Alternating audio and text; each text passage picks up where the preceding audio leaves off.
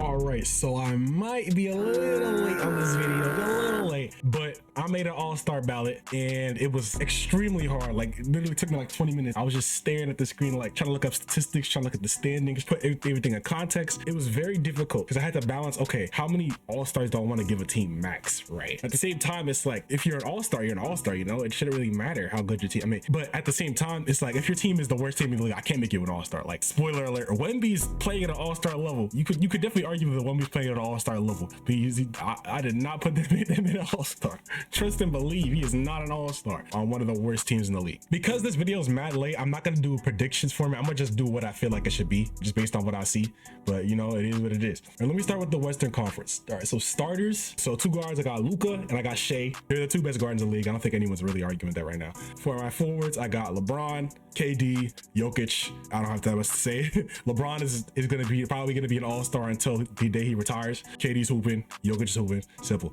On the bench, my two backcourt, I got Devin Booker. He's hooping, hooping his ass off, even though he's not as good as he was at the beginning. He's technically, but that nigga's hooping. And Anthony Edwards, I mean, they're literally the #1 seed in the West. Obviously, the Thunder could take that #1 seed, but still, like, just doing his stuck thizzle. And then for my front court players, I got Anthony Davis. I was thinking about, okay, am I gonna have two all-stars on like a 10th seed or like 9th seed, whatever seed they are, they're in the play-in. But Anthony Davis is playing one of his best seasons. It just so happens to be that damn near everyone else except LeBron is selling him. Except D'Lo. I ain't gonna lie, D'Lo heard the trade rumors. He said, I bet. Trade rumors, D'Lo gotta be up there with some of the mythical NBA players. You know what I'm saying? The Untucked and Mask, all that. Anyway, I got Sabonis. Sabonis has been playing just great basketball. Even without scoring the ball, he's still giving you like 12 rebounds. He's still giving you like 7 assists. Like Sabonis been hooping. I also got Kawhi. The Clippers are on what, like an elite winning streak. I think that they lost a couple games recently, but like the Clippers are just on a crazy run. They're just on a tear.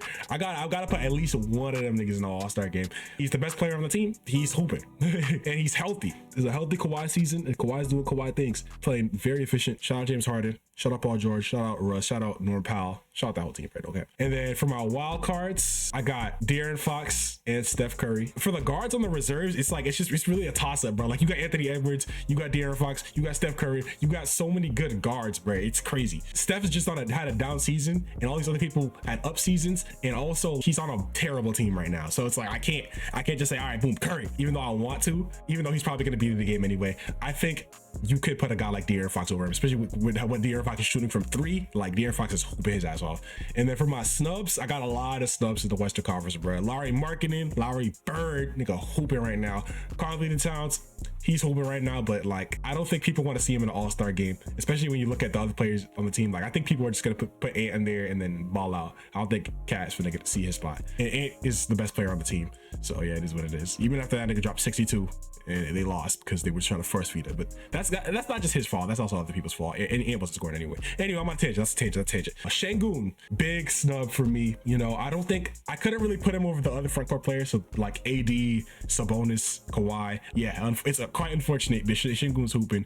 Gobert, again, same thing with Cat and Ant. Like, they're playing great together. That's the reason why they got the #1 seed. But I don't think they just want to see Gobert in another all-star game, bro. Like, Zion, BI, I couldn't really put them in there above them, but they're playing pretty good. Desmond Bane, he's on a 12th seed, unfortunately, but he's been hooping. People forgot about him. They remembered him a little bit, and then they forgot about him again. But shout out Desmond Bane, no cap. Shout out Desmond Bane. A little bit easier to start. Tyrese Halliburton, Giannis, Tatum, Embiid, locked 100%. Now that second guard spot and the third guard spot and the fourth, all the guards of the rest of the guard spots other than Tyrese Halliburton are very contentious. But starting, I'll say Jalen Brunson. Jalen Brunson been hooping. He been hooping this season. He hooping this season for sure. On the bench, I got Tyrese Maxey, Trae Young for my backcourt spots. Front court, I got Julius Randle. I mean, I can't like discount how he's playing. At some point, you gotta just recognize, hey, the brother can play the game. You know, he can play the game for sure. He, as frustrating as he is to watch, he's a talented guy. It is what it is. Bam Adebayo, Bam's just locking up, playing great. Jimmy missed a lot of games, so I had to go Bam here. And then I got Paolo Banchero. Magic have overexceeded all expectations, and that's largely part due to their little duo, Paolo, Franz. But to be honest, that whole team's just played great defense, just playing off each other, and I want to give Paolo that dub for that. And then wild card spots, I got D-Mitch and Dame. Dame kind of is having an off season. D-Mitch is having a great season. It was kind of a toss up between him and all the other guys, but I kind of gave Maxey that boost because they're on 3 seed, a better team. Although to be honest, you could definitely argue just that D-Mitch is just better, but like I think the stats are comparable enough. And then Dame having the off season too, but I still think Dame is a great player, like great player. And then for my snubs, Jalen Brown. Again, you could definitely argue, oh, just put Jalen Brown instead of Dame, or like put Jalen Brown in the mix. And then Mikal Bridges, I ain't gonna lie, take that nigga out. Sub Cam Thomas. And the reason I just get a sub is because he didn't get enough minutes. That's it. I put that in thumbnail for a reason. I don't care. I'm staying at 10 toes. I don't care. Jared Allen been hooping this season. Let me find out Jared Allen got a little mid-range. If that nigga actually got a real mid-range and we see that in the playoffs, I ain't gonna lie.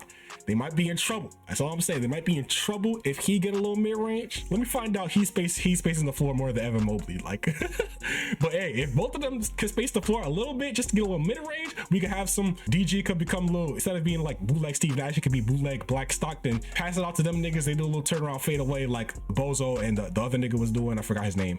Jeff Hornacek? I think it was Jeff Hornacek, something like that.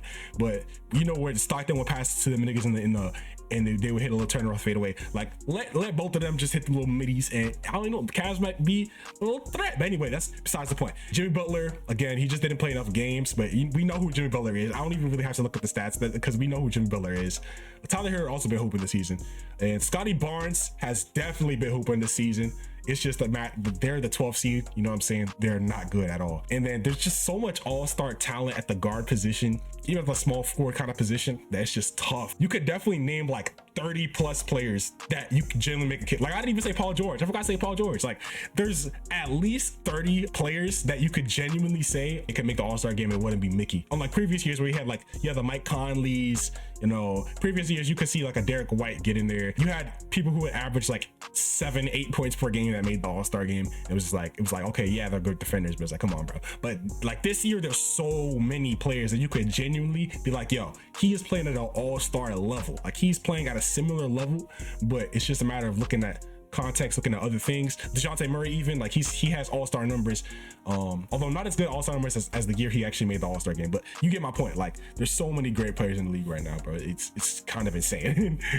It's crazy, bro. I don't want to take it for granted, man, but yeah, that's my kind of all-star ballot. And yeah,